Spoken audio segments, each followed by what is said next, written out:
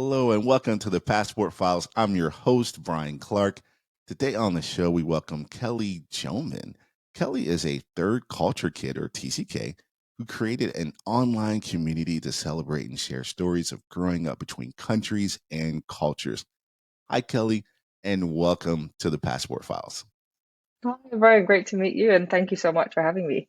Yeah, thank you so much. I really appreciate you being on. So let's talk about you. Let's give the audience a little background on who you are, where you're from, and what you do. Sure. So I'm Kelly. I turned 30 as of last year. And yeah, like you said, I'm a TCK, so I'm half Malaysian and half English, and I grew up across both of those cultures.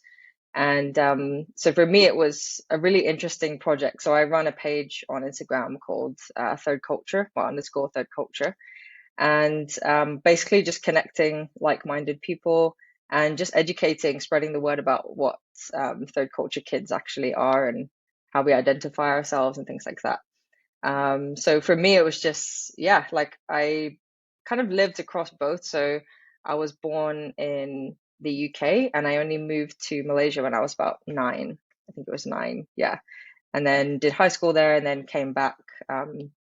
So I went to international school, which is actually where I met a lot of fellow TCKs, which was really exciting. And then, yeah, moved back, and I'm now working as a content lead in London for an entertainment company, which is as of I think it was 6 months ago or something. And just before that, I lived in Singapore for a year as well. So kind of traveled around a lot. Singapore. Every time someone brings up Singapore, it makes me because so I had a trip planned to Singapore in March of 2020, and Oh unfortunately, no. I planned it for an entire year. We're going to Hong Kong, Malaysia, Singapore, and it was canceled last minute. So anytime someone says Singapore, I just get so sad because that was a dream trip. We even had business class, first class on Cathay Pacific Airlines, and I've never flown business or first class in those lie flat seats, and I just get super sad about not being able to go. But we'll talk about your times in Singapore. But let's first start with Third Culture Kid. Now, were you the one that came up with the name Third Culture Kid, or was that you know around prior to you? I wish I came up with it. Unfortunately, I didn't. But it's kind of a term that has existed since, I think it's since the 70s. So Ruth Van Reken and David Pollock, they actually wrote a book, a sociological book and a study on third culture kids, which is kind of where the term originated. And it's sort of kind of evolved since then. We don't have a lot of literature on it, to be honest. I think it's growing as time goes on and people are writing more about it. And at the time when I started my page, which was actually just before the pandemic, there wasn't a lot on social media about the whole concept. So for me, it was a lot of reading, a lot of research, talking to my friends about it, because a lot of my experiences and a lot of how I relate to the term is actually just through other people that I know. And so, yeah, that was really exciting to kind of help develop it in a way. And I think it's grown, quite a community, both online and then offline as well, which is great. Absolutely, it's wonderful. What was your motivation for starting the page? I think initially there was kind of a gap for me, like in terms of all the things that I was reading. There wasn't really a place that I could connect with other TCKs. It's something that I actually, like the term I actually learned about at university, where I went to the University of Warwick in the UK and they had a third culture society. And I got to meet loads of people that had grown up abroad or had, mixed parents or lineage, and everyone had very similar experiences despite being from many different countries around the world. And for me, that was a really special time. And I thought, how can I do this? How can I replicate this in an accessible space? Then I thought of where am I most? And it turned out to be Instagram. I was like, okay, if I'm going to use it every day, then I'm going to create something that, people can gravitate to, and I'm going to be persistent with it. And yeah, it just kind of evolved from there. That's awesome. So tell us about your time in London growing up. What were your fondest memories of growing up in London, and what was that like? It was good. So I grew up kind of, well, just outside actually in a smaller countryside town, which was really a different experience to when I moved to Malaysia when I was 9. So for me, I went to like a Catholic primary school, and my experience there was really good actually. But it was sort of, yeah, very British kind of surroundings. I didn't really connect with my Malaysian side as much, except for through my dad, who's the Malaysian one. So yeah, I sort of, I don't know, it was just quite like, just standard stuff. And then I eventually, when I moved out there, um, like I said, I was quite young and I already had sort of a close-knit community in Kent where I grew up. So I had a best friend, I had, my friends from school. And moving there, I really didn't understand why my parents were bringing me to the other side of the world. I knew that I had another culture to me, and there was, a different language that, they spoke and things like that, and different foods and stuff growing up. But I didn't really know much about the whole culture until I actually got there. So yeah, it was definitely quite a jarring experience at first. And I remember being so sad, like, on the plane crying, leaving all my friends and things. But now I look back, I think I don't know who I would have been if I hadn't have had that experience, because it just opened up my whole mindset. And that's the amazing thing about your story, because I could imagine, I couldn't imagine how difficult it would be to move at such a young age, but then after you do it, you look back upon it and it's such a wonderful experience. So what was it like when you first moved to Malaysia from London? What were some of the difficulties, challenges, etc.? So I think the first thing I suppose was just acclimatizing and kind of readjusting your whole mindset, because I think for me, um, yeah, I was quite British. I was sort of Western focused. My experiences up until then had been very westernized. And then I don't know if you ever had this, but when you move into sort of, and I suppose I was an expat in a way, like going to an international school, but it was a bit of a bubble. So I came from a massive school to a very small school. In our school we had only 130 students, and that was from kindergarten to year 11. So you can imagine we all sat in one room. Every year had just one class, and some of the classes had like 3 people in it. But that kind of meant that we were a family actually, and everybody was either mixed race or they'd grown up, they were maybe army or missionary or military families. Some people were there kind of, just for a few years. And I remember one friend that I had that I made on my very first day, who coincidentally I'm actually going to Malaysia to be a bridesmaid for her and actually help her get married towards the end of this year. But she was kind of my first ever friend there, and she was like, she told me on my first day, okay, um, don't be scared if people leave, like, and I was like, that's so strange. Why would I, like, I just got here and now you're saying that, people might come and go. But it's so true. They actually, some people just came for, one term. Some people came for a few years and then left, but there'll always be new people coming in. And I thought it was quite a special experience, actually. It really helped me to actually figure out who I was as well, because this was suddenly loads of people just like me, feeling scared, nervous, you know, a bit like hard to kind of acclimatize to the new culture and things like that. So yeah, I think it really made us closer together as almost like a family. And then of course meeting my own family, who I didn't really, it was my dad's side of the family, who I'd only heard about or spoken to very briefly on the phone. This was pre social media and things like that. So yeah, it was a very, how do you say, like jarring experience in a way, but also now I'm like, oh wow, I could do anything now because I tackled that head on, and it was great. That's incredible. It's funny how your friend said, "Don't be afraid. There are kids that disappear from the school all the time, Yeah. but it's okay. This is what happens Yeah. here."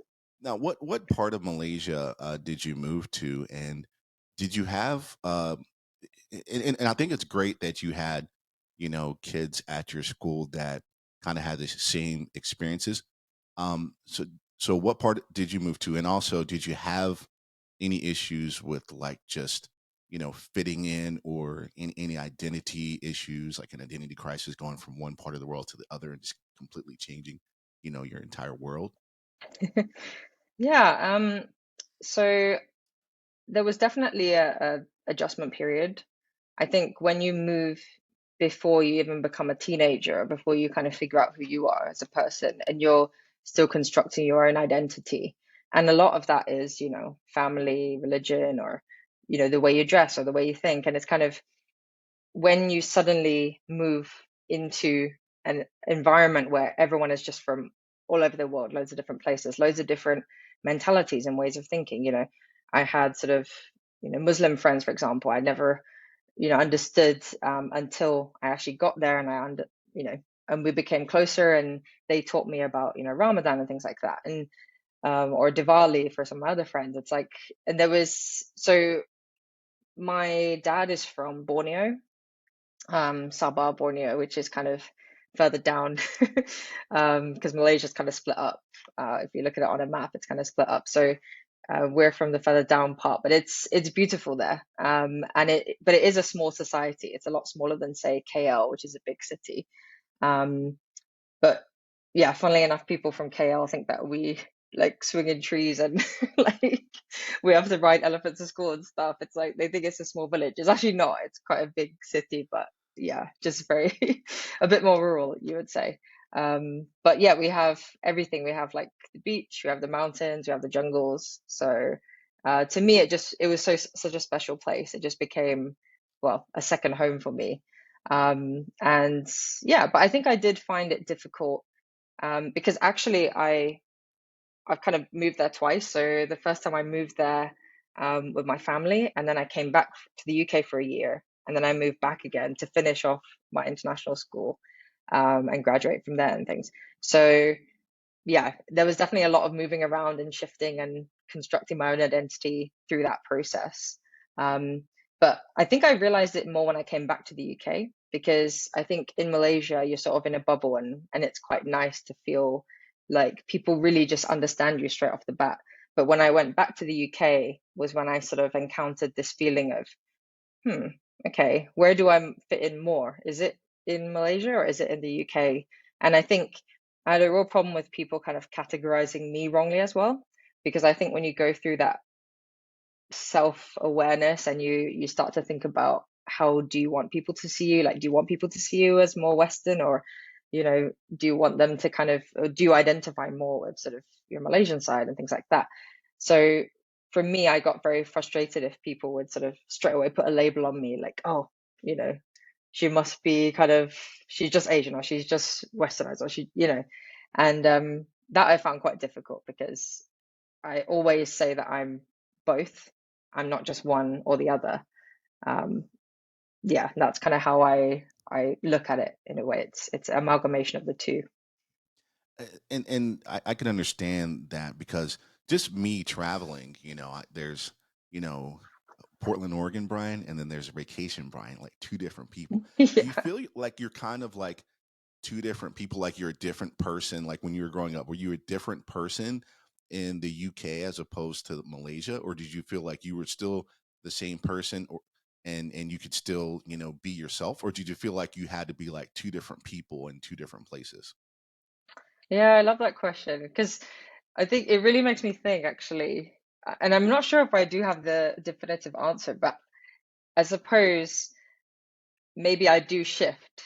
I think I automatically, there's something, and perhaps you find this as well, you tend to, when you're in that next place and you're away from, the day to day of, say, the UK, and then you move to Malaysia, you sort of, your brain kind of picks up before you do. There'll be things like in Malaysia, there's not that sense of queuing. Like in the UK, people love to queue. So they'll queue in front of the toilets, they'll queue, going to the post office, things like that.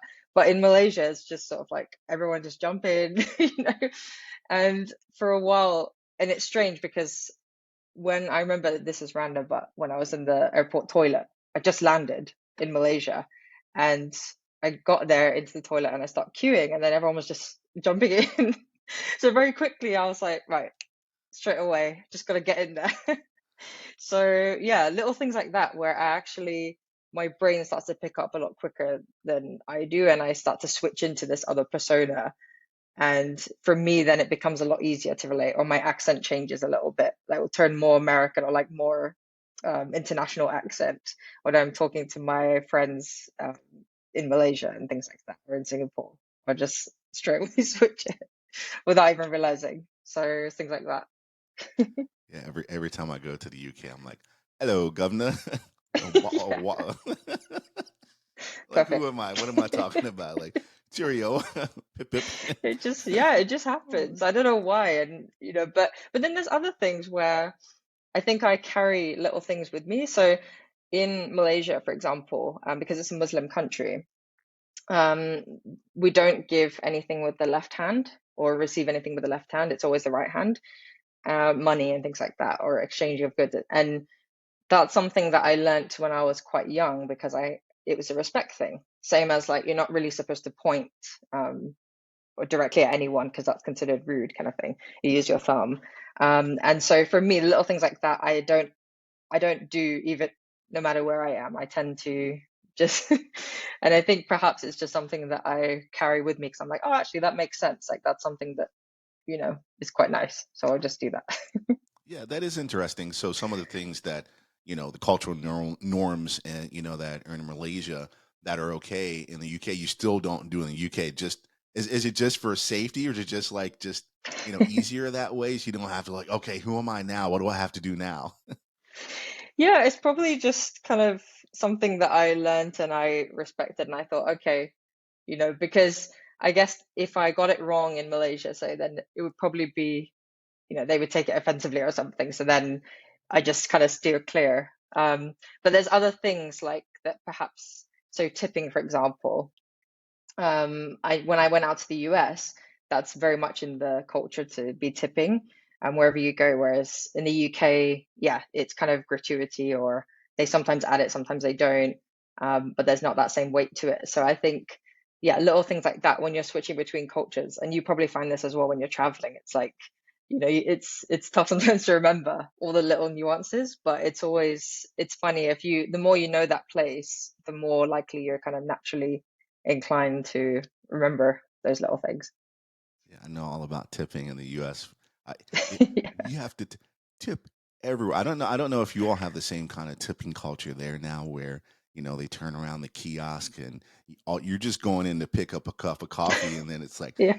would you like to tip 15%, 25%, 30%, and they're just looking at you, and then you just feel like, oh, I have to tip you, even though I'm just grabbing a plain cup of coffee. So it's Yeah, really that's crazy. interesting. Yeah, no, it's good. I mean, I guess you learn something different every time, right? And that's the beauty of mixing between cultures. It's like just having, and I think, the locals I mean, they sort of respect that as well. They can see if you're making that bit of an effort and you're kind of saying, okay, this is, somewhere I'm visiting, or this is kind of how it's done, and I'm gonna, respect that. And that's quite nice, I think. That Absolutely. So my next question, and I asked this about someone else that I interviewed the last time. It may be a hard question to answer, and you may not know. But where does home feel like? I mean, where do you feel most like home when you think of home? Where is that location and why? that is difficult. That's something that every TCK really struggles with. I feel like every time I ask that on my page, because I like to do these Q&As and get everyone involved. And this is one of the things where it's like, I never really know what to say. Because I guess interestingly, so I haven't been back to Malaysia for about 4 years now, and where my boyfriend and I are actually going in this summer. So it'll be really interesting to see whether I kind of slip back into, as you say, my older self, or my, you know, my different identity, and how much I really can identify with those things there. Because at the moment, I do feel like, okay, the UK is still kind of my base. It's where I grew up. It's where I have my memories as well. And I suppose I'm maybe 60%, westernized, and I have that, I understand those culture nuances a lot more. Because like I said, in Malaysia, it definitely feels like home when I go back, and I love all the different places, and I've got my family out there. But it is also a bit of a bubble. So sometimes I'm conscious that I'm not necessarily viewed as like a local would be, or, I don't always understand because I don't speak the language fluently. So I think if I did speak the language fluently, I'd feel a lot more kind of at home. But I guess, it's yeah, it's one of those things, I suppose. And how does that, like when you first moved to Malaysia? Did you know the language, or were you somewhat fluent in the language when you moved there, or did you learn when you got there?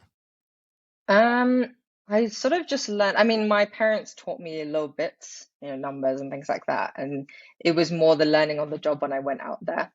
But again, it's kind of at international school, we were all taught in English and we were all kind of following a British curriculum. So again, it felt a bit more like a bubble in that sense where, um, yeah, you didn't have to necessarily, but it would definitely go a long way if you did. So, but yeah, I should say that I'm actually half Kadazan, which is sort of indigenous tribe that's only found kind of in Borneo. And they have their completely new language, like they have a separate language to Malay, and it's called Kadazan. But that one is a really difficult language to learn, at least for me.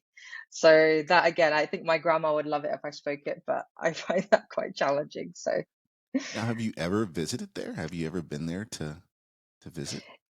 yeah, so all my dad's side is still out there, so I tend to go there. Like I used to go there every year or so just to kind of see family and stuff. But yeah, as I said, I've not been back because of the pandemic. It's been difficult to travel Uh, and things like that.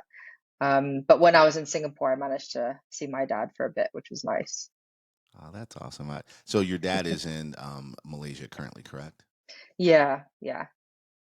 So what's that like? Your dad's there. He lives there, and then when you go back, you'd mentioned that you aren't viewed as an insider. How does that make you feel?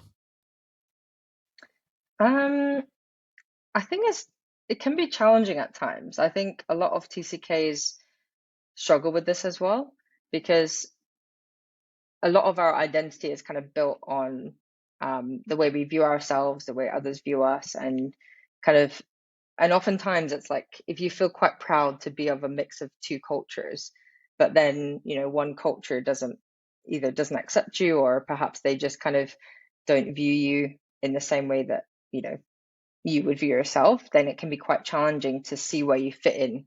It's almost like a lot of TCKs find that, they don't fit in either place because they don't look exactly alike, or they don't act exactly alike, and so it can be challenging to sort of find your way.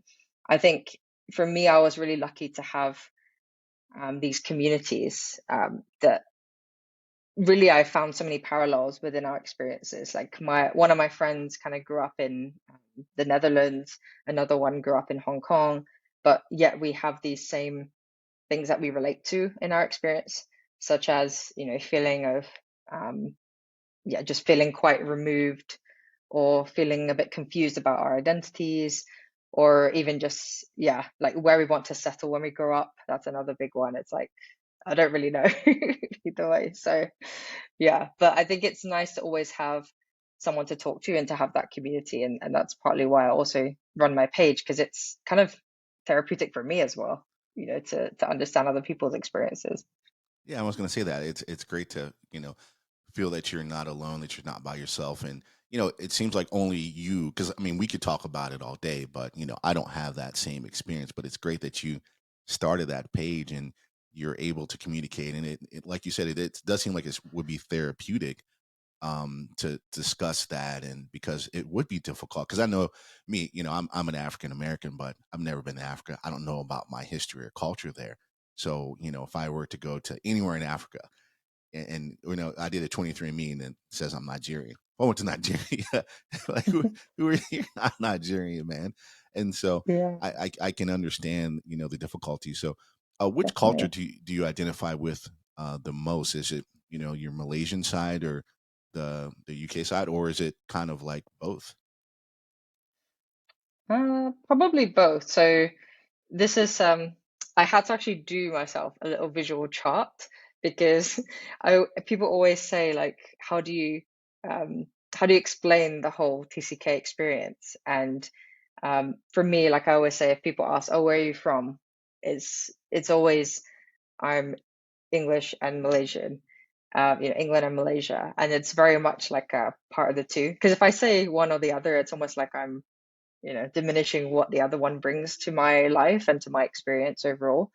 Um, but yeah, I always explain, people say, what is a third culture kid? And I always draw those like concentric circles. So I say like the first culture is your home, the second culture is your host culture, and then the third culture is actually the amalgamation of, the shared commonalities that you get. And I think I kind of sit right in the middle there. So That's awesome. So I'm going to ask a tough, hard hitting question. So I hope you're prepared shit. and ready for this. And I hope it doesn't make anyone mad on either side. But who has the best food? Is it in the UK or is it Malaysia? And why? Go. You're on the Oh hot my seat. gosh. I can't lie. It's definitely going to be the Malaysian side. Some All right, incredible dishes. let's dish on that. What are your favorite foods? Malaysian food, Malay food. Okay, so have you ever tried any, by the way? That is a great question. I may have because again I'm in Portland, so we have a lot of different foods, but I don't know if I've had Malaysian food specifically. I don't even know if there's a Malaysian restaurant here in Portland, so I don't think that I have tried it yet. Really? Oh my Don't gosh, think you so. need No. to. Yeah, next time you go traveling, please do the round the Asia trip that you're talking about because you will love it. So we have things like roti canai is one of my favorites. It's just basic. I think it's Indian of origin, but I mean, like I said, in Malaysia we have such a mix of things, food included. So you'll have like Indian, Singaporean, Chinese food, Indian food, like everything. So we have roti chana, which is kind of like a fried bread almost, and you have it with curry, really rich curry sauce, and then, or you can have it with condensed milk, which is something that is a guilty pleasure of mine, which I really love. And then we have like nasi lemak, which is basically a breakfast dish. And funnily enough, one of my friends who I also did a podcast with a few years back, he actually sent me some nasi lemak to my hotel room when because I had to do a 2-week quarantine when I first arrived in Singapore. This was in the midst of the pandemic. This time 2 years ago, I think, or last year. And yeah, that was a really nice welcome for me because I was like, oh, this is a proper breakfast. But yeah, it's really nice. That one you should definitely try. And then there's things actually Singaporean slash Malaysian, like laksa, and then we have chicken rice and stuff like that, which is also really good. And beef rendang is amazing. Now, are you able to get Malaysian food that makes you feel like you're at home in Malaysia, in the UK? Are you able to get that, I'm in Malaysia dish in the UK? And where is that at Oh if you're my able gosh. to? Yes. So my boyfriend and I actually discovered this a few weeks ago, and we've been non-stop. It's it's this little food stall which is in Canary Wharf. I don't know if you know that part of London. It's kind of a business district. Usually lots of people in suits kind of walking around, but at lunchtime it packs out, and we have. I mean, the price is of course like 5 times what it would be in Malaysia because of the exchange rate and things like that. But it's worth it because it's so good. Okay. What's your okay, so what's your favorite? Because I know, listen, the UK, London, I mean, it sometimes gets a bad rap. Um, I Yeah. don't think I mean, I don't know, because the people I talk to, okay, I'll be honest, it's the seasoning or lack thereof in food in the Yeah. UK. Okay. I was over there for 6 weeks and it was a struggle for me to the point where, I was with my friend there and he ordered me Pizza Hut one day. I was like, "Ah, I want some pizza." I'm like, Pizza Hut, come on, don't y'all have any? Like, so what is your favorite UK food and why? Okay, so did you try like fish and chips when you were here? I did try fish and chips and they're good after some hot sauce, yes. Oh my, yeah, so that and then a little bit of curry sauce on the side. I Oh, must say absolutely. that's really nice. And you have to be fresh though. So if you go to any kind of seaside town like Brighton, for example, if you go and you just have it on the beach and like some newspaper, that's always the best way. I say fish and chips. I did have that. I was in, I think, Liverpool at a beach, outside of Liverpool, whatever, and we did have. Why do y'all wrap it in newspaper? Do you know why? Do you know It's why? actually a traditional thing. So, like, Really? I guess back in the day they used to wrap it in newspaper, and now they tend to just either just use like plain sheets, but they'll print the newspaper on it as if to say like it's a newspaper. But I don't really know why. It's a good question. I'll have to look that one up. So, do you travel a lot? Are you a traveler? Yes, I do love to travel. Like, especially over the last year or so, I've been pretty much all around Europe and then even to the US and different parts of Asia as well. So yeah, I really love to travel. Right, other than Malaysia and the UK, where are your favorite places to travel and why? Hmm. So I actually worked in the US for quite a number of months back in 2017. So, I had a point in my life where I thought, okay, screw it. I'm just gonna gonna quit my job, gonna go traveling, gonna discover what I want to do with my life. So I ended up working at a summer camp in upstate New York for a couple of months, and then my friend and I, who I met at the camp, we'd both traveled around America, and it was amazing. And actually, we did like New York, San Francisco, but we kind of did Chicago along the way. We just had it out the map one night at the Airbnb. We had no plan. We just said, right, close our eyes, point it, and it was Chicago. And it was actually one of my favorite places that I've visited. Um, just architecture and just how chill it was out there, like really beautiful. So I Did you really do the like Chicago. architecture cruise in Chicago? Did you do that cruise? No, I didn't know that was a thing. Really? I should Oh do yeah, that. it's like in Chicago they have like a boat and they take you in the water thing and they have like an architecture cruise and it tells you about all the different architecture in Chicago. Oh, It's pretty awesome. Yeah. So you that's said so good. you're in upstate New York and you took a road trip to Chicago and where else did you go to? So it was actually just flying because we didn't Oh, you drive. So flew. I was gonna say yeah, epic road trip through. That'd be mm, adventurous. So it would have Chicago been is good. Chicago your favorite place in the U.S.? So I think actually it's always been LA, but I've been there a few times, and I think Chicago was like quite a surprise one for me. But last, I'm gonna say this time last year, my boyfriend's sister got married in Arizona. And so I actually took what was, I think it was the second longest flight or one of the longest flights in the world from Singapore to LA. It took about 19 hours, 21 hours on the way back straight.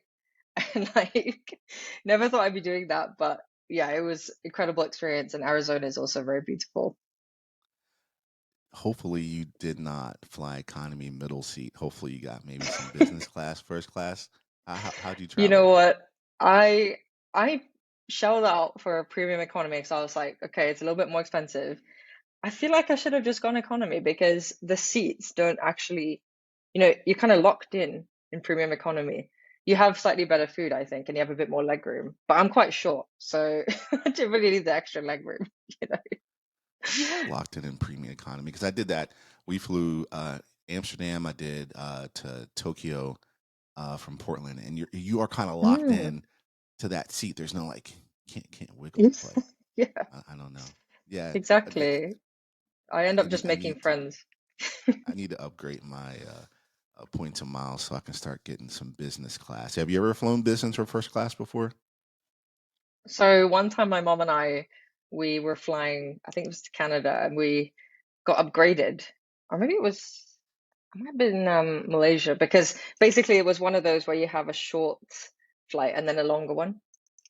And we got upgraded for free, but only for the first very short flight. Like, not for the long one, which I would have loved. Like, I would have really loved that, but they just gave us the upgrade for the short. So yeah, business class, but for 2 hours. That was it. Oh yeah, those lie flat seats. That's my dream. It's gotten away from me. It's been elusive, but getting a lie flat seat and just going somewhere just across the globe is my dream. So when that happens, I will dedicate a whole podcast episode to that. 'Cause that would be absolutely amazing. So I know you are, you went from like London to Malaysia, and I always ask everyone this, when they got their first passport and where they travel to. But I'm assuming you had a passport to travel when you were a kid to there. But where did you go to? for your first vacation that you remember, other than just Malaysia, UK? Oh, that's a good one.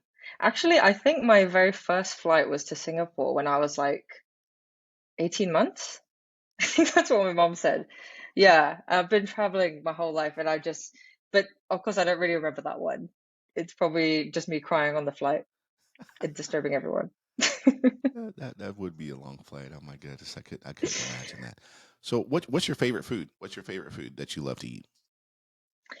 I actually love Italian food, and there is a place in Malaysia which has the best Italian food. It's called Little Italy. So there's two places actually. One is in Malaysia, and then there's one in Bath in the UK, um, which is just incredible lasagna. So I guess lasagna is my favorite dish. And then, yeah, if we're talking outside of my other two. So I've been to Bath. Bath. I like how you say Bath. We Yeah, say Bath. Bath. To go back. I went there. It was amazing. Did the what is the Roman pools or whatever, the green stuff? Yes. Did you go Yeah. there? Yeah. So we actually went there not too long ago because my boyfriend's family is actually from there. So we actually just took a wander around. Yeah, they're really beautiful baths. Oh, Bath. I love that so much. So tell us what you are up to now. So I've worked for about almost 8 years in kids YouTube, like running YouTube channels for the likes of, Peppa Pig, PJ Masks, like all the really well-known kid shows around the world. It's Peppa a Pig, very huh? random job, but yeah. Are you kidding me? Peppa Pig. Listen, my granddaughter is obsessed with that. So Oh my I'm gonna gosh. tell her. So you How run old is the she? the YouTube for that? Yeah, I I worked at E1 slash Hasbro. So I'm sure you know Hasbro as well with like Transformers and all the rest of that. My Little Pony, all those kind of shows that were slightly more nostalgic, I guess, which is quite nice. But I worked there for 3 years and then I moved on to, well, that was when I moved out to Singapore and I worked on this show called Odd Bods, which is a really cute cartoon as well. I worked for the animation company out there.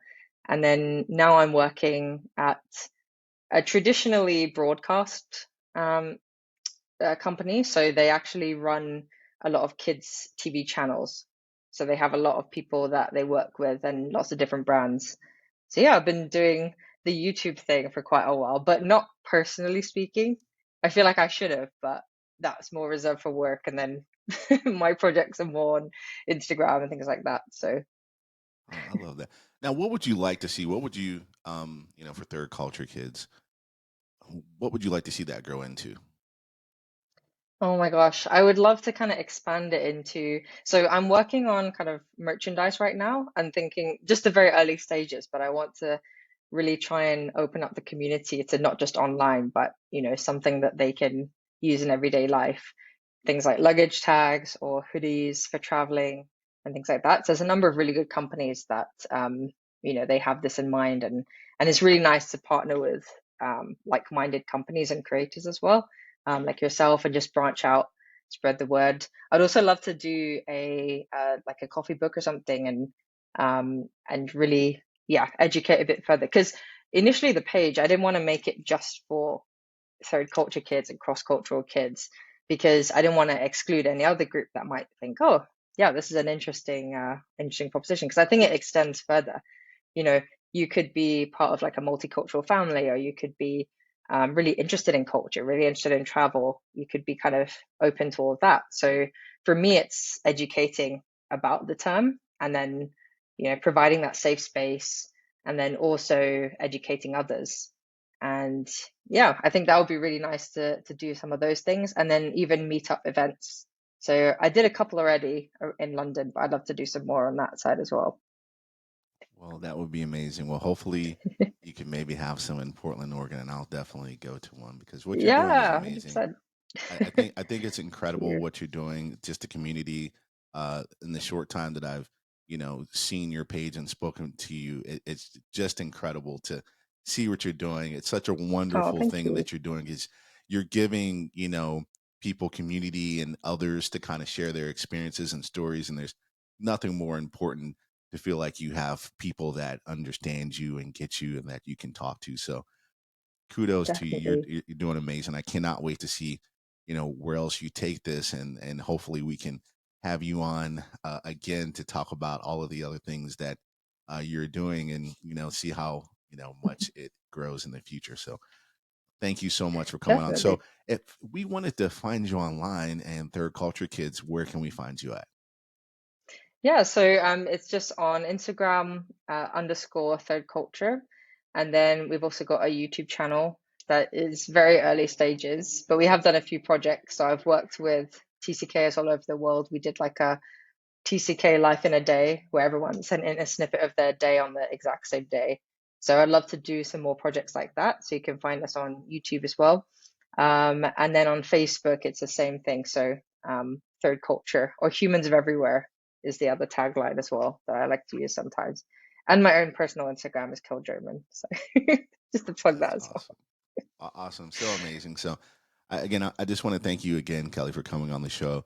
It was a Of great course, time. Just make sure you connect if you all want to find her online. And we had just an amazing episode with you. So, hopefully, it's not the last time. So, you can find the definitely. Passport Files podcast on Apple, Spotify, YouTube, and everywhere you listen to your podcast. Please make sure to like, subscribe, review, and share with your friends. You can also find little old me on Instagram at the Passport Files Pod and Worldwide Bride, and on YouTube where you can see the full video interview. Thank you so much and cheers.